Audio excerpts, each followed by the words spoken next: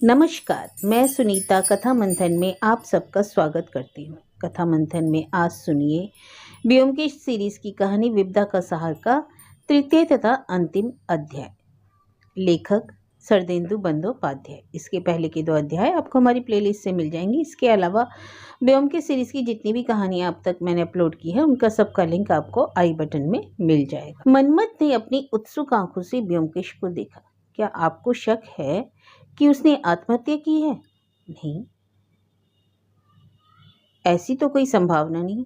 तो क्या कोई और? मैं अभी तक इस बारे में कुछ निश्चित रूप से नहीं कह सकता। मनमथ हाथों में मुंह छिपाए बैठा रहा, फिर सिर उठाकर कुछ हिचकिचाते हुए बोला, शायद आपने सुना हो रेखा और मेरा। हाँ, मुझे मालूम है। अब तक मनमथ अपने आप को नियंत्रित किए हुए था, लेकिन अब एकाएक वह फूट पड़ा और रूंधे गले से कहने लगा, मैंने हमेशा से ही रेखा को प्यार किया है। तब से जब वह 6 साल की होगी, मैं उसके यहाँ खेलने जाया करता था। बाद में चलकर जब विवाह का प्रस्ताव आया तो मेरे पिता ने सब कुछ इतना मुश्किल कर दिया कि बातचीत ही टूट गई। लेकिन मैंने सोच लिया था कि अपने पिता की मर्जी के विरुद्ध भी शादी करूंगा। इस बात पर मेरा पिताजी से झगड़ा फसाद भी हुआ। उन्होंने कह दिया कि वे मुझे घर से निकाल देंगे। फिर भी, और यह झगड़ा कब हुआ था? कल दोपहर में मैंने कह दिया कि मैं रेखा को छोड़कर किसी और से शादी नहीं करूंगा। पर किसे मालूम था, लेकिन यह हुआ कैसे ब्योमकेश बाबू? उसके जीवन को लेकर किसी को क्या मिलता? ब्योमकेश मेज पर रखी पेंसिल से खेल रहा था। उसने सिर उठाए बिना कहा, तुम्हारे पिता को तो लाभ मिलता। मेरे पिता? चौंक कर मनमथ खड़ा हो गया। नहीं नहीं, अरे नहीं, ये क्या कह रहे हैं आप पिताजी? उसकी आंखों में दहशत तैर आई। उसने चारों ओर रिक्त नजरों से ताका और धीरे धीरे कमरे से चुपचाप बाहर निकल गया। मैंने ब्योमकेश की ओर देखा। वह अब भी पेंसिल से मेज पर खटपट करने में मशगूल था। दूसरे दिन सुबह हम डॉक्टर की रिपोर्ट का इंतजार करते रहे। जब कोई खबर नहीं तो ब्योमकेश ने पुलिस थाने में फ़ोन किया तो पता लगा कि उनके पास भी अब तक रिपोर्ट नहीं आई है। शाम को लगभग 4:30 बजे देव कुमार बाबू दिल्ली से पहुंचे। वे हाबुल का तार पाते ही चल दिए थे। दोपहर में कलकत्ता पहुंचे। उनकी आयु कोई 40 के करीब थी, लेकिन आपदा ने उम्र को बढ़ा दिया था। दोहराते शरीर पर उड़े बालों से चांद झलकती थी। आंखों पर भारी चश्मा। बात बात में भूल जाने की आदत से लगता था कि वे भौतिक जगत से ज़्यादा ख्याली दुनिया में खोए रहते थे। उनका बंद गले का कोट, गोल मुंह पर गोल गोल चश्मा कलकत्ता के छात्र वर्ग में खूब प्रचलित था। पड़ोसी के नाते मैंने भी उन्हें देखा था, लेकिन इस विभत्स घटना ने उनके चेहरे का रंग उड़ा दिया था। आंखों के नीचे काले स्याह गड्ढे उनके झूले गालों से मिलकर उनकी आकृति को और भी बोझिल बना रहे थे। आते ही उन्होंने मुझसे पूछा, आप ब्योमकेश हैं? उत्तर में मैंने ब्योमकेश की ओर संकेत कर दिया। ओह, कहते हुए उन्होंने ब्योमकेश की ओर देखा और मेज के सहारे अपनी बेंत रख दी। ब्योमकेश ने सांत्वना के कुछ शब्द कहे जिन्हें शायद उन्होंने सुना ही नहीं। बोलने से पहले उन्होंने एक नज़र कमरे के चारों ओर दौड़ाई और फिर थकी आवाज़ में बोले, मैं दिल्ली से कल सुबह 10 बजे चला था और दोपहर 2:30 बजे कलकत्ता पहुंचा हूं। करीब 30 घंटे से ट्रेन में। हम शांत बने बैठे रहे। शारीरिक थकान उनके सभी अंगों में दिख रही थी। उन्होंने ब्योमकेश की ओर घूमकर कहा, आपने जो इस विपदा में मेरी अनुपस्थिति में परिवार की सहायता की है, उसका मैं सदैव आभारी रहूंगा। ब्योमकेश बोला, कृपया वह सब छोड़िए। अगर मैंने सहायता की है तो एक पड़ोसी के नाते एक फर्ज के रूप में की है। यह तो आपका विनय है, क्योंकि आप स्वयं ही तो एक व्यस्त व्यक्ति हैं। फिर एकाएक पूछा, उसे क्या हुआ था? कुछ बता पाएंगे? घर में कोई भी ज़्यादा कुछ नहीं कह पाया। ब्योमकेश ने शुरू से अंत तक जो देखा था उसका विवरण दे दिया। सुनते हुए देव कुमार बाबू ने अपनी जेब से सिगार निकाला, उसे होठों पर लगाया, फिर बिना सुलगाए ही मेज पर रख दिया। मेरी नज़र बराबर उन्हीं पर जमी हुई थी। वे ब्योमकेश के विवरण सुनने में इतने ताल्लीन हो गए थे कि उन्हें पता ही नहीं था कि उनके हाथ क्या कर रहे हैं। एक बार उन्होंने चश्मा उतारा, कुछ देर तक बड़ी बड़ी आंखों से मुझे देखते रहे, फिर चश्मा लगाकर आंखें बंद कर ली। ब्योमकेश के विवरण समाप्त करने के बाद देव कुमार बाबू कुछ देर चुपचाप बैठे रहे, फिर एकाएक बोले, ओह, वह डॉक्टर रुद्रा मेरे घर में? क्या वह मेरे घर में घुसा था? नीच, कमीना, जंगली राक्षस, पैसे का भूखा। क्या नहीं कर सकता वह पैसे के लिए? वह पिशाच है, पिशाच।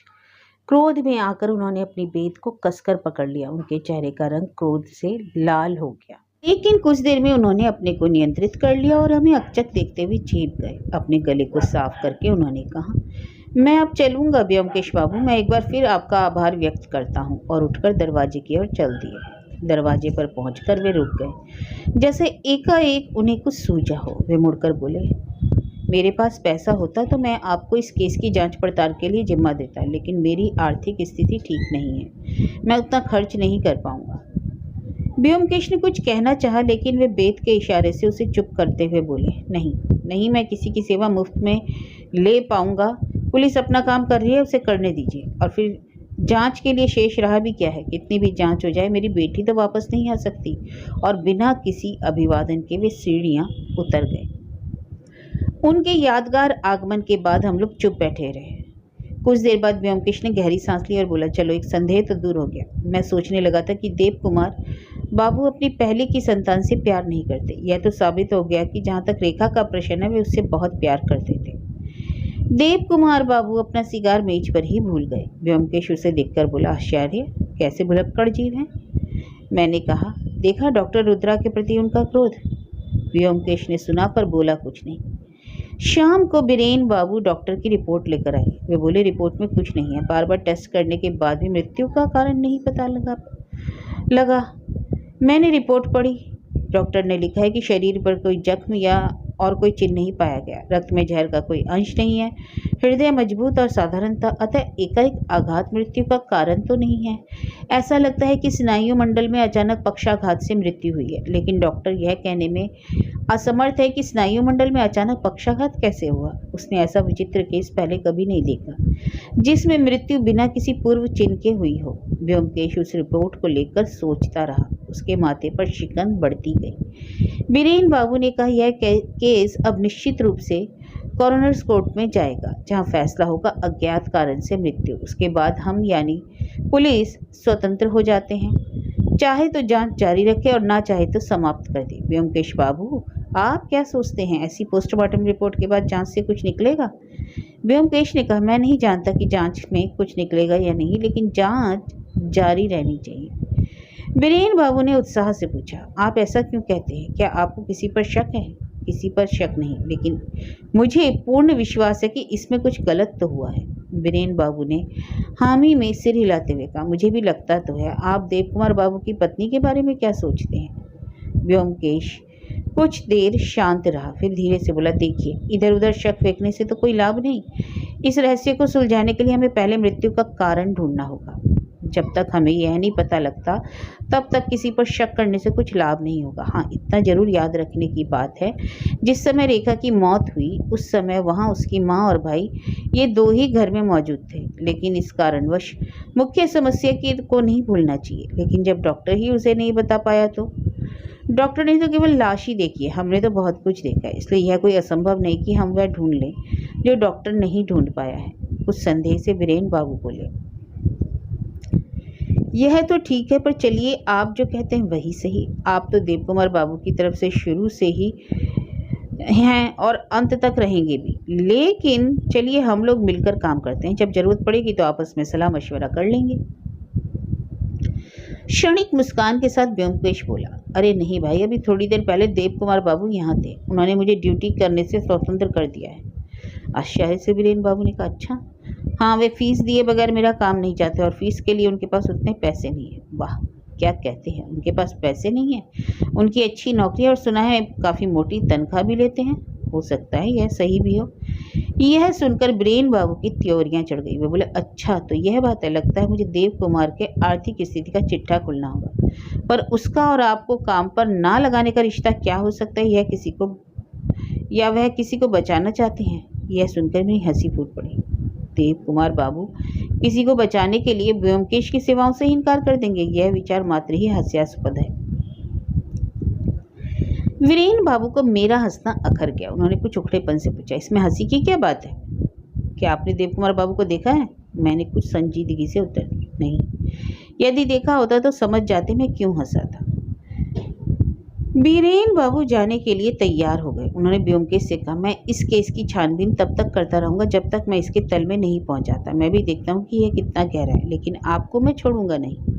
देव कुमार बाबू ने भले ही छोड़ दिया हो, पर मैं जब तक जरूरत होगी सहायता के लिए आपके पास आता रहूंगा।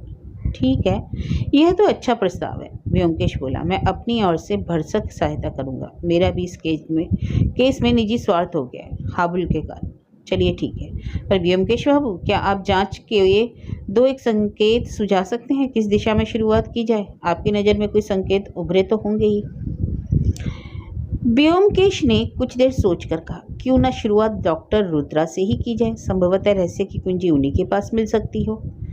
ब्रेन बाबू जरा चौंक कर बोले, ओह तो ठीक है, आप कहते हैं तो। उनका सिर कुछ सोचने में झुक गया। वैसे ही वे चले गए।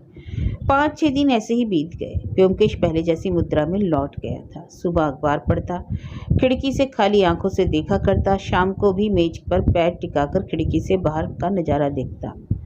बीरेन बाबू का भी आना नहीं हुआ, इसलिए हमें पता भी नहीं कि केस में कितनी प्रगति हुई। बस एक ही आगंतुक था, हाबुल। 2-3 रोज में वह आकर बैठ जाता और सूनी सूनी उदास आंखों से सबको देखता रहता। व्योमकेश ने उसके हौसला बढ़ाने के लिए क्या क्या ना कहा, पर उसकी सूनी आंखों में अंतर नहीं आया।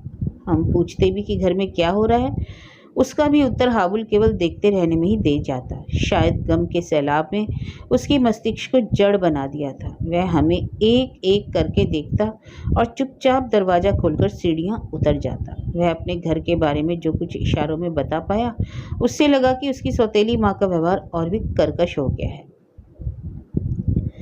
अंततः एक दिन वह आया और गहरी सांस लेकर बोला, पिताजी आज रात पटना जा रहे हैं, शायद उनका लेक्चर है। मैंने अनुमान लगाया कि देव कुमार बाबू शोकाकुल वातावरण में से त्रस्त होकर पटना भाग रहे हैं। उन जैसे भुलक्कड़ वैज्ञानिक का जीवन वास्तव में दयनीय हो गया था।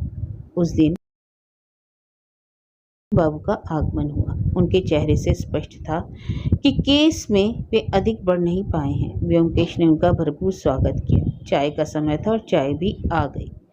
व्योमकेश ने बीरेन बाबू की ओर देखकर पूछा, तो कैसा चल रहा है? चाय की चुस्की लेकर बीरेन बाबू ने गंभीर मुद्रा में कहा, कोई भी प्रगति नहीं, किसी भी ओर कुछ नहीं मिल पाया था अभी तक। सबूत तो छोड़िए, शक की गुंजाइश भी नहीं बन पा रही। अलबत्ता अब मुझे यह विश्वास जरूर हो गया है कि यह रहस्य बहुत ही कहीं गहराई में छुपा है। कदम कदम पर जितना मैं फेल हो रहा हूँ, उतना ही विश्वास गहराता जा रहा है। व्योमकेश ने पूछा, मृत्यु के कारण की खोज में कुछ नया पता लगा? बीरेन बाबू ने सिर हिलाते हुए कहा, मैं डॉक्टर के पास गया था।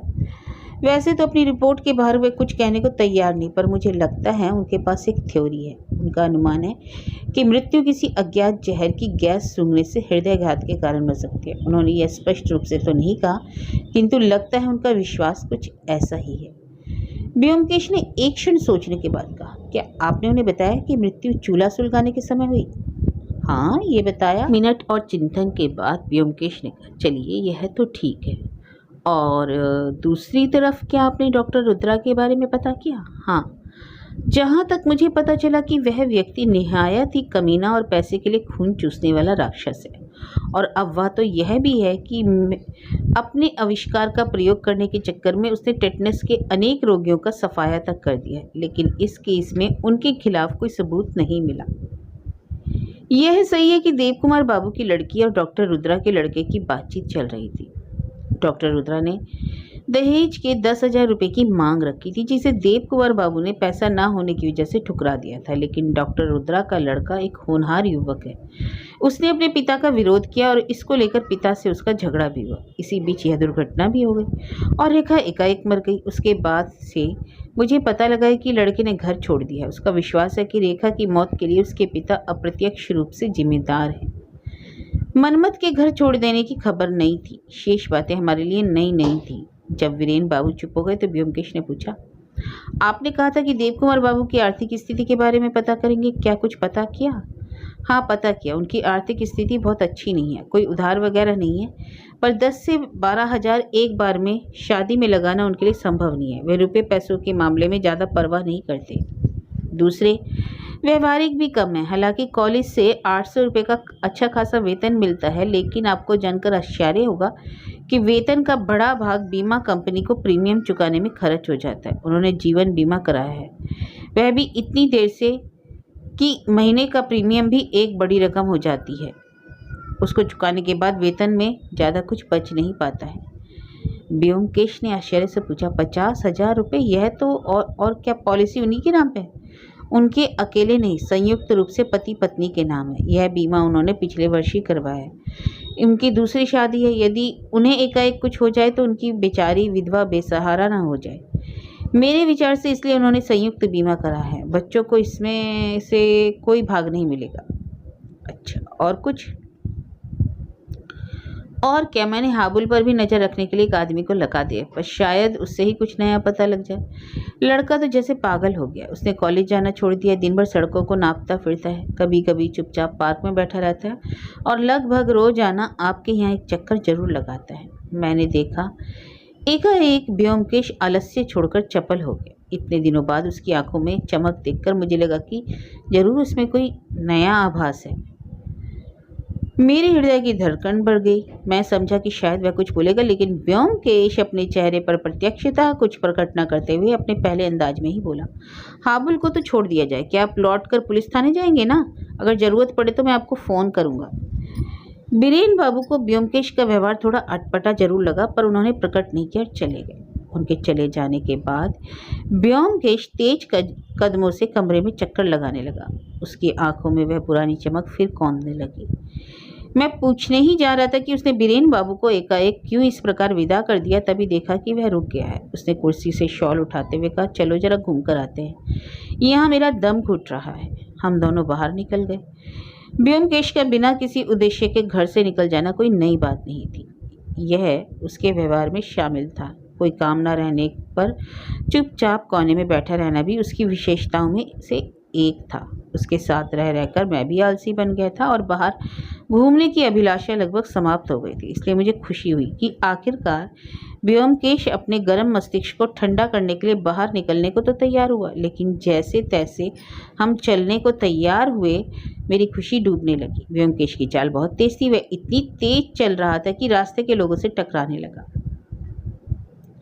मैंने उसे थोड़ा आहिस्ता चलने को कहा, पर उस पर जैसे कोई असर ही नहीं पड़ा। उसकी चाल इतनी तेज थी कि भीड़ में कभी वह वृद्ध व्यक्ति के पांव पर चढ़ जाता तो कभी कॉलेज जाती कन्या से टकराते टकराते बचता, जैसे एक धुन में चला जा रहा कोई चक्रवात हो। मैंने कभी उसका यह पागलपन नहीं देखा। मैं समझ रहा था कि उसे जरूर कुछ ऐसा सूत्र मिला है जिसको पकड़ने की दौड़ में उसकी मानसिक श्रम की तेज रफ्तार के मुकाबले उसका शारीरिक श्रम पिछड़ता जा रहा है। लेकिन सड़क पर चलने वालों को कौन कहे। और इस तरह से लोगों की गालियां और कटाक्ष झेलते हुए हम कॉलेज स्क्वायर पहुंच गए।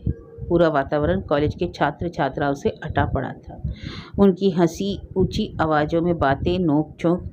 मैं मौका देखकर व्योमकेश को बाहों में पकड़कर एक कोने में ले गया। चौक के बीच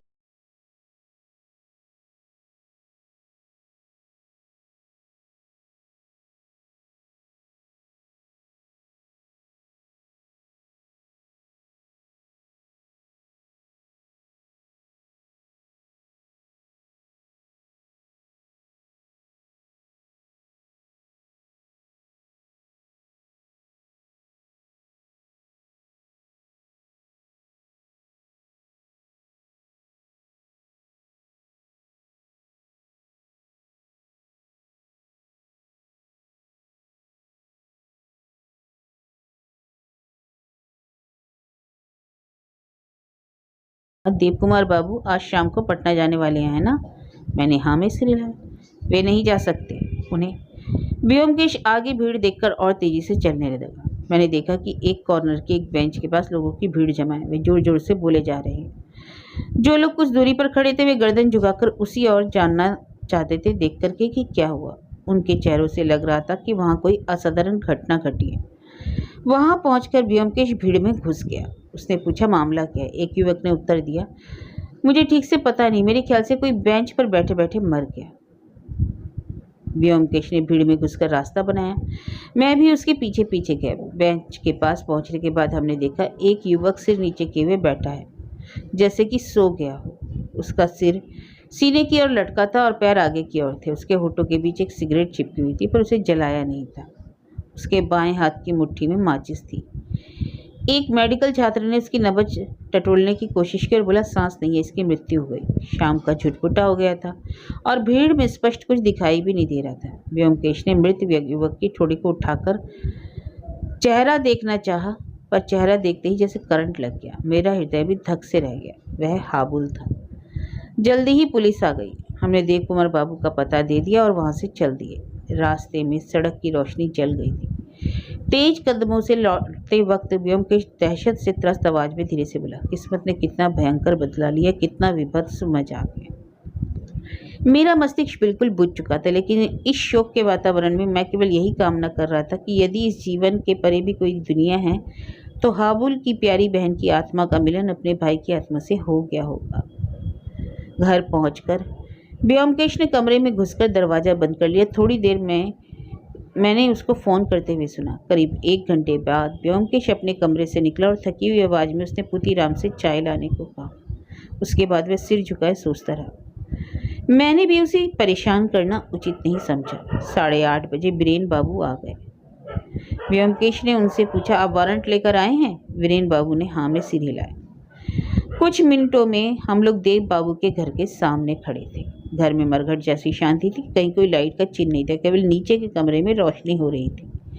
व्योमकेश ने दरवाजा खटखटाया। कोई उत्तर न मिले पर उसने दरवाजा ठेला तो वह खुल गया। हम लोगों ने अंदर प्रवेश किया। छोटे से कमरे में एक सोफे पर देव कुमार बाबू चुपचाप बैठे थे। हमारे अंदर आने पर उन्होंने रक्त रंजित नेत्रों से हमें देखा और कुछ क्षण यूं ही देखते रहे। फिर उनके चेहरे पर एक कटु मुस्कान उभर आई। सिर हिलाकर वे बड़बड़ाए, मेरी तमाम मेहनत, शोध का फल सब कुछ व्यर्थ ही रह गया। मैंने समुद्र मंथन किया और मिला क्या? जहर की हांडी।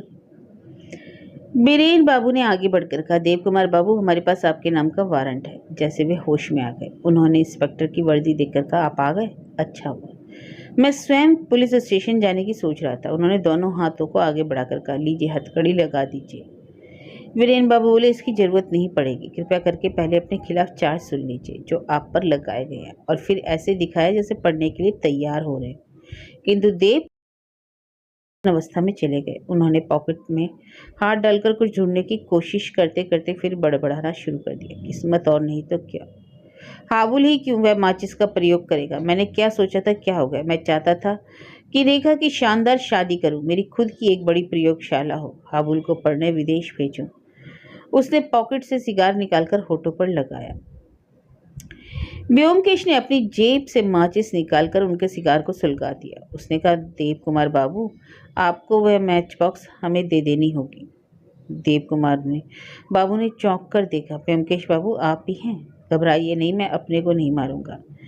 मैंने अपने बेटे बेटी को मार दिया। मैं तो अब चाहता हूँ कि मुझे अपराधी की तरह फांसी पर लटकाया जाए। व्योमकेश ने कहा, तो कृपया वह मैच बॉक्स दे दीजिए। देव कुमार बाबू ने अपनी जेब से मैच बॉक्स निकालकर सामने मेज पर रख दिया। यह रहा वह मैच बॉक्स, लेकिन खबरदार, यह एक खतरनाक चीज है। हर तीली में जहर लगा है। एक बार जलाई की गए बच नहीं सकते। व्योमकेश ने मैच बॉक्स उठाकर बीरेन बाबू को दिया। उन्होंने बड़ी सावधानी से अपनी पॉकेट में रख लिया। देव कुमार बाबू फिर बोलने लगे, क्या खूब आविष्कार है। एक बार के जलाने पर मौत, और किसी तरह कोई सबूत भी नहीं। यह आविष्कार आधुनिक युद्ध की परिभाषा को ही बदल डालता है। केवल जहर ही नहीं है, यह विनाश का सूत्र है। लेकिन सब कुछ डूब गया। और एक लंबा निश्वास छोड़कर वे पस्त हो गए। बहुत ही आहिस्ता से बीरेन बाबू ने बोले, देव कुमार बाबू, अब चलने का समय आ गया, चलिए। वे तपाक से उठ गए। कुछ संकोच करते हुए व्योमकेश ने पूछा, क्या आपकी पत्नी घर में मौजूद है? पत्नी? देव कुमार बाबू की आंखें क्रोध से भयानक हो गई। वे जोर से पागलों की तरह चिल्लाए, पत्नी? पत्नी? मेरी फांसी के बाद उसे ही मेरे बीमा की पूरी रकम मिलेगी। यही तो किस्मत का खेल है। आइए चलते हैं। टैक्सी बुलाई गई। व्योमकेश ने उन्हें टैक्सी में ले जाकर बैठाया। उनके बराबर बीरेन बाबू बैठे। जाने कहाँ से 2 सिपाही प्रकट होकर टैक्सी में बैठ गए। देव कुमार बाबू अंदर से चिल्लाए, व्योमकेश बाबू, आप चाहते थे ना मेरी रेखा की मौत के रहस्य आप सुलझाए? मैं आपका आभारी हूँ। हम लोग फुटपाथ पर खड़े रह गए और टैक्सी चली गई। 1 दिन तक व्योमकेश ने इस केस की चर्चा नहीं की। मैं उसकी मस्तिष्क की हालत समझ सकता था, इसलिए मैंने भी इस सिलसिले में कोई बात नहीं की। पर तीसरे दिन शाम को अपने आप ही बोलने लगा। अंग्रेजी में एक कहावत है, बदले की भावना घर आती है अड्डा जमाने के लिए। और यही देव कुमार बाबू के साथ हुआ। वे अपनी पत्नी की हत्या करने चाहते थे, लेकिन किस्मत देखिए, 2 बार उन्होंने अपना निशाना बनाया तो दोनों बार अपना बेटा बेटी खो बैठे, जो उन्हें अपने जीवन से भी ज़्यादा प्यारे थे। यह विधि का विधान ही था कि देव कुमार बाबू अनजाने ही में एक असाधारण आविष्कार करने में सफल हो गए थे, जिसकी उन्होंने स्वयं कल्पना तक नहीं की थी। लेकिन आर्थिक साधन के अभाव में वे उसका उचित प्रयोग नहीं कर पाए। ऐसे आविष्कार का कॉपीराइट बुक करने के लिए आवेदन नहीं किया जा सकता क्योंकि वाणिज्यिक मार्केट में इसका कोई मूल्य नहीं। लेकिन युद्धोन्मुख देश जैसे जर्मनी, जापान अथवा फ्रांस आदि को इस आविष्कार की यदि भनक भी पड़ जाए तो वे इस फार्मूले को लेकर अपनी प्रयोगशालाओं में शोध करके नरसंहार का हथियार बनाने में जुट जाएंगे और आविष्कार करने वाले ना तो कुछ कर पाएगा और ना ही कोई लाभ होगा। इसलिए देव कुमार बाबू ने इसको अपने तक ही सीमित रखा था। इस जहर के विभिन्न प्रयोगों के लिए बड़े पैमाने पर अनुसंधान की जरूरत थी और इसलिए उन्हें आर्थिक अनुदान चाहिए था। लेकिन आर्थिक सहायता का कोई यह प्रश्न नहीं था, उन्हें पैसों की सख्त जरूरत थी क्योंकि इसके प्रयोग पर शोध करने के लिए उन्हें अपनी प्रयोगशाला चाहिए थी। उसके लिए पैसे का होना जरूरी था और पैसे आते कहाँ से। इधर घर में उनका जीवन दुश्वार होता जा रहा था। उनकी पत्नी ने अपनी हरकतों से उनकी स्थिति को दयनीय बना दिया था। जो लोग मानसिक गतिविधियों में व्यस्त रहते हैं उन्हें घरेलू जीवन में अमन चैन की जरूरत होती है, किंतु उनके जीवन में इसका नितांत अभाव था। उनकी पत्नी की तुनक मिजाजी, रूखापन और बात बात पर रोने पीटने के व्यवहार ने देव कुमार बाबू के जीवन को बेजार कर दिया। स्वभाव से वे एक शांत पुरुष थे। एक शांतिपूर्ण जीवन में रहकर अपने वैज्ञानिक शोध में प्रगति करते रहने की चाह थी। अपने बच्चों के प्रति उनके प्यार को देखकर स्पष्ट हो जाता है कि वे अपने बच्चों को कितना ख्याल किया करते थे। उनकी दूसरी पत्नी ने यदि प्रयास किया होता तो वह भी उनके प्रेम की भागीदार बन सकती थी, किंतु उसकी प्रकृति का गठन ही दूसरा था और नौबत यहाँ तक आ गई कि देव कुमार बाबू उसके चेहरे तक से नफरत करने लगे। साधारणतः कोई भी व्यक्ति किसी व्यक्ति की हत्या तब तक नहीं करना चाहेगा जब तक कि उसका बर्दाश्त का पैमाना भर नहीं जाता। देव कुमार बाबू का पैमाना भी भर चुका था और यही वह समय था जब वह घातक जहर उनके हाथ लग गया। उन्होंने दिमाग से सोचा यही मौका है, वह अपनी पत्नी को इसमें से हमेशा ही छुट्टी पा जाए। उन्होंने भीतर ही भीतर अपनी योजना पर काम करना शुरू कर दिया और तब उन्होंने बीमा कंपनी का वह विज्ञापन देखा जिसमें कहा गया है कि पति पत्नी संयुक्त रूप से जीवन का बीमा कर सकते हैं और यदि दोनों में से कोई उस दौरान मर जाता है तो पूरी रकम दूसरे को मिल जाएगी। इसको पढ़कर उनके सभी इस प्रकार के संदेह दूर हो गए। ऐसा अवसर उन्हें कैसे फिर कहाँ मिलता। वे दोनों का संयुक्त बीमा करने के बाद अपने ही आविष्कार से उससे हमेशा की छुट्टी पा लेंगे। एक तीर से दो निशान, पैसा भी मिलेगा और छुट्टी भी हो जाएगी, इसमें संदेह नहीं। देव कुमार बाबू ने पहला काम बीमा करवाया, फिर अवसर की तलाश में समय गुजारने लगे। जल्दबाजी करने से बीमा कंपनी को संदेह का निमंत्रण देना था। इस प्रकार एक वर्ष बीत गया। अंततः उन्होंने क्रिसमस की छुट्टियों में अपने प्रोजेक्ट को अंजाम दे देने का निर्णय लिया। जो जहर उन्होंने आविष्कृत किया था उसमें विस्फोटक तत्व थे। जब तक उन तत्वों को नहीं छेड़ा जाता वह सामान्य ही रहेगा, लेकिन जैसे ही उसका संपर्क अग्नि से होगा उसके विस्फोटक तत्वों से जहरीली गैस निकलेगी जिसे मात्र सूंघ लेने पर तत्काल मृत्यु निश्चित है। अब देव कुमार बाबू ने अपनी योजना को कार्यान्वित करने के लिए एक बहुत ही नायाब तरकीब निकाली। ऐसी तरकीब एक वैज्ञानिक के मस्तिष्क में ही पैदा हो सकती है। उन्होंने माचिस की कुछ तीलियों के मसालों पर इस जहर का लेप कर दिया। मैं नहीं कह सकता कि लेप चढ़ाने का तरीका उन्होंने क्या अपनाया होगा, किंतु इसका परिणाम यह निकला कि जो भी व्यक्ति उस तीली को माचिस पर रगड़ेगा तो गैस सूंघते ही तुरंत मर जाएगा। इन तीलियों को बना लेने के बाद देव कुमार बाबू ने दिल्ली में होने वाली साइंस कॉन्फ्रेंस में अपने जाने की तैयारी शुरू कर दी। धीरे धीरे जाने का दिन आ गया। उन्होंने प्रस्थान से पूर्व रेखा के कमरे में रखी माचिस की तीलियों में उस जहर की एक तीली को रख दिया और चले गए। उन्हें मालूम था कि उनकी पत्नी रोजाना लैंप जलाने के लिए माचिस जलाती है। इस माचिस का प्रयोग कहीं और नहीं होता। कल या कभी भी माचिस जलाने में वह तीली उसके हाथ लग ही जाएगी। उस समय देव कुमार बाबू बहुत देर दिल्ली में होंगे। कोई शक भी नहीं कर पाएगा कि वह उनका काम हो सकता है। सब कुछ योजना के अनुसार हो रहा था, किंतु किस्मत को कुछ और ही मंजूर था। रेखा चूल्हा जलाने गई, वहां उसे माचिस नहीं मिली। माँ के कमरे से माचिस लेकर गई। माचिस जलाने को हुई, उसका हाथ उसी जहरीली तीली पर पड़ा और देव कुमार बाबू ने दिल्ली से लौटकर जब यह विभत्स घटना देखी तो उनके हृदय में पत्नी के लिए नफरत की आग और तेज हो गई। वे गम में डूब गए। चूंकि उनकी बेटी मर चुकी थी इसलिए अब उनकी पत्नी को मरना ही था। कुछ दिन और बीते। उन्होंने एक फिर जहरीली तीली को माचिस में रखा और पटना जाने के लिए तैयार हो गए। लेकिन विपदा ने देव कुमार बाबू के जाने के पहले ही अपना तांडव दिखा दिया। हाबुल को सिगरेट पीने की आदत थी। उसकी माचिस संभवतः खाली हो गई थी, इसलिए उसने अपनी माँ की माचिस से कुछ तीलियां निकालकर अपनी माचिस में रखी और घूमने निकल गया।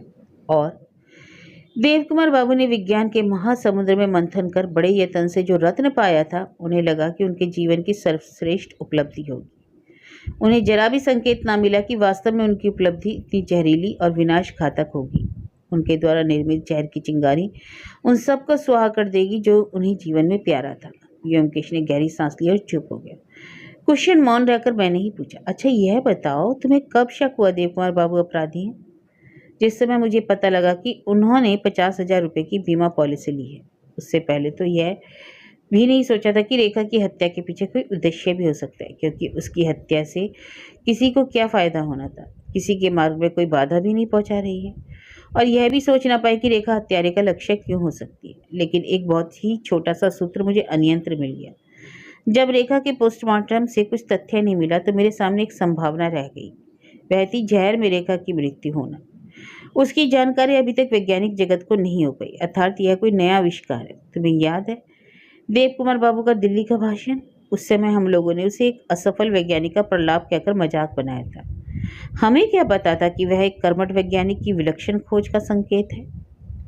जो भी हो, सवाल यह है कि यह आविष्कार किसके हाथ हुआ। दृश्य में दो ही वैज्ञानिक हैं, पहले डॉक्टर रुद्रा और दूसरे देव कुमार। इसमें डॉक्टर रुद्रा चूंकि डॉक्टर हैं, इसलिए शक उन पर जाता है, क्योंकि किसी जहर के लिए उनकी पहुंच आसान है। दूसरे आविष्कार करता है देव कुमार बाबू, तो क्यों वे अपनी पुत्री को ही जहर देंगे, इसलिए शक डॉक्टर रुद्रा पर जाकर टिकता है। फिर भी मेरा मन इस धारणा पर स्थिर नहीं हो पा रहा था। डॉक्टर रुद्रा एक नीच व्यक्ति थे, किंतु क्या वे केवल इसलिए रेखा की हत्या कर सकते थे क्योंकि उनके लिए उनका बेटा उनसे विमुख हो गया? और मान भी ले वे चाहते भी रहे हो, पर वे रेखा तक पहुंचे कैसे?